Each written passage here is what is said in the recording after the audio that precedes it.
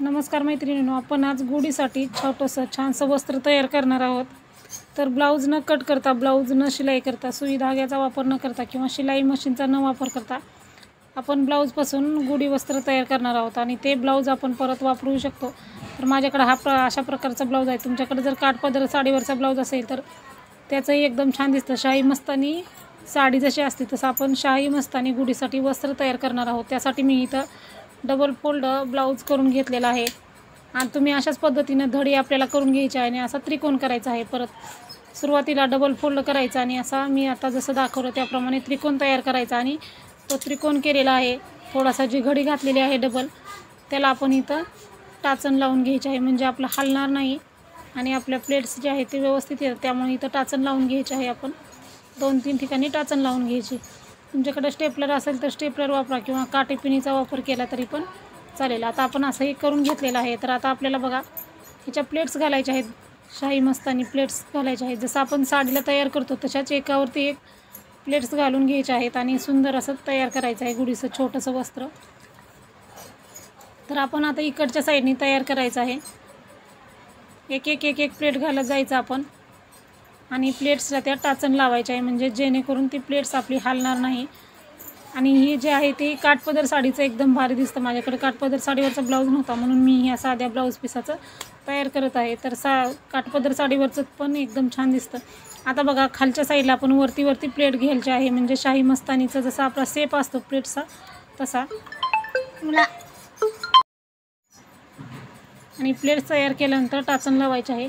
खाली आपल्याला एकमेकाच्या वरती असं प्लेट्स घ्यायचे आहे आणि वरती जे आहे ती त्याबरोबर प्लेट्सवरती प्लेट घ्यायची आहे, म्हणजे तिथं कमी करायचं नाही आपल्याला। खालच्या साईडनी वरती प्लेट्स करायच्या आहेत, म्हणजे जसं आपल्याला शाही मस्तानीच्या प्लेट्स साडीच्या असतात तशाच तयार करायच्या आहेत। त्या प्लेट्सच्या वरती प्लेट घ्यायची आणि ती वरच्या जी कडला आहे डबल फोल्ड जिथं आहे वरच्या हाताला तिथं ते एकमेकावरतीच घ्यायचं, तिथं कमी जास्त करायचं नाही, म्हणजे गुढीला आपल्याला घालताना बरोबर येतं।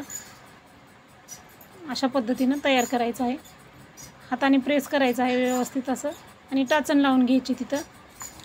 तर मी एक प्लेट घालून टाचण लावून घेते, म्हणजे जेणेकरून आपण जे प्लेट्स तयार केलेले आहेत त्या प्लेट्स आपल्या हलणार नाहीत बिलकुल, जशाच तसं राहतील। त्यासाठी अशा पद्धतीनं एकावरती एक व्यवस्थित अशी प्लेट्स तयार करायचे आहे।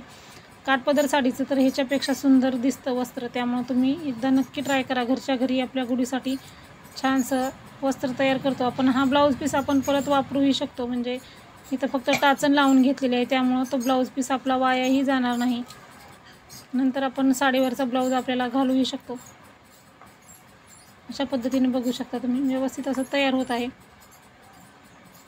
टाचण लावून घेतल्यामुळं ज्या प्लेट्स आहेत त्या हालत नाहीत, सेट होतात व्यवस्थित। आता ही लास्टची प्लेट आहे ती व्यवस्थित अशी तयार करून घ्यायची आहे त्यावरती। आणि वरच्या कडेला आपण इथं काटापिनं लावून तिथं पॅक करून घ्यायचं आहे। इथं एक टाचणी लावायची आणि पलीकडच्या बाजूला वरच्या साईडला 2 टाचण पिन लावायचे आहेत, म्हणजे जे परत आपण गुढीला तयार करू त्यावेळेस ते सेट होईल व्यवस्थित। आपल्याला तसं एकमेकावरती बरोबर धरायचे आहेत त्या प्लेट्स। त्यामुळं सांगितलेलं वरती बरोबर प्लेट्स घ्यायच्या, खाली आहे ती वरती तयार झालं पाहिजे। चारही पूर्ण ज्या प्लेट्स आहेत त्या धरून टाचण लावायची। तिकडच्या साईडला एक लावायची, इकडच्या साईडला एक लावायची, वरती आणि साईडला, म्हणजे ते प्लेट्स आहेत ते हालत नाहीत। बघू शकता व्यवस्थित असं तयार झालेलं आहे। आता तिथं एक प्लेट्स निसटलेली आहे आपली राहिलेली आहे, तिथं आपण आणखीन एक प्लेट्सला टाचण लावून घ्यायची आहे। सुरुवातीची जी प्लेट आहे त्याला बघू शकता तुम्ही सहज आणि सोप्या पद्धतीनं गुढीसाठी वस्त्र तयार झालेलं आहे। अशाच पद्धतीनं तुम्ही गुढीसाठी वस्त्र तयार करा। सहज आणि सोपं आहे, शिलाई न करता, कट न करता। तर हा व्हिडिओ कसा वाटला ते नक्की सांगा आणि व्हिडिओला नक्की लाईक करा। तर अशाच प्रकारचे नवीन व्हिडिओ बघण्यासाठी आपल्या चॅनलला नक्की सबस्क्राईब करा। व्हिडिओ पूर्ण बघितला आहे तर व्हिडिओला नक्की लाईक करा। व्हिडिओ पूर्ण बघितल्याबद्दल धन्यवाद।